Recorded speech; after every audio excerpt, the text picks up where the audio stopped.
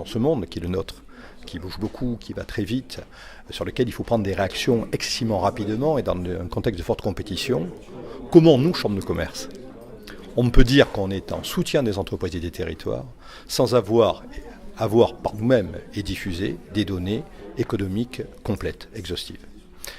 Quand on parle de données économiques, il y a des données vis-à-vis de l'emploi, alors on peut se tourner derrière l'INSEE, etc. Vous avez des données en termes de création d'entreprises, suppression d'entreprises, etc. Là, les CCI sont bien au fait. Il y a la notion de croissance. La notion de croissance qui va permettre de guider, et sectorielle bien sûr, de guider nos entreprises par rapport à des investissements. Et quand on parle de ça, le partenaire privilégié, c'est la Banque de France.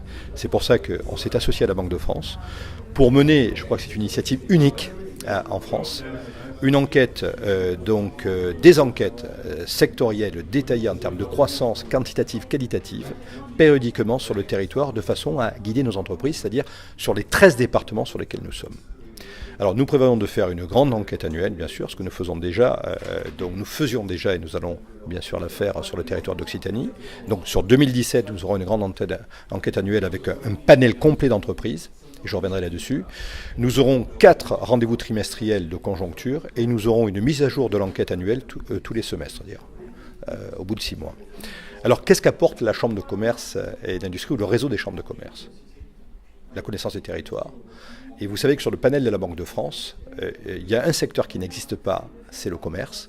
Et bien sûr, nous sommes des chambres de commerce et d'industrie, donc ce sont nos ressortissants. Et deuxièmement, le panel de la Banque de France s'arrête aux entreprises de plus de 20 salariés. La masse des entreprises, c'est moins de 20 salariés sur le territoire. Et nous apportons cette compétence-là, ce panel, à la fois sectoriel et en termes de taille d'entreprise, c'est ce que nous mettons dans la balance. Plus toutes les données que nous avons en termes de création d'entreprise, etc.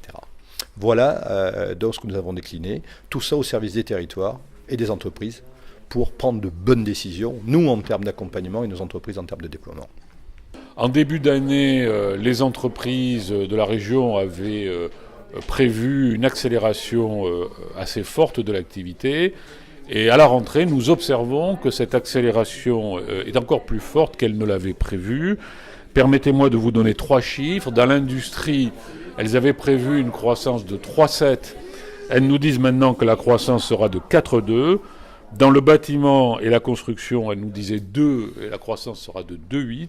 Et c'est surtout dans les services que nous observons une accélération forte. En début d'année, elle disait 3,2 et maintenant, elles nous disent 4,8.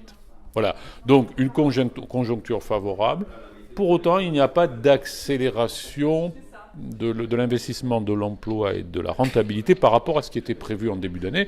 Mais ce qui était prévu était positif, mais on n'a pas une accélération dans le positif en ce qui concerne les résultantes. Mais l'activité va bien, voilà.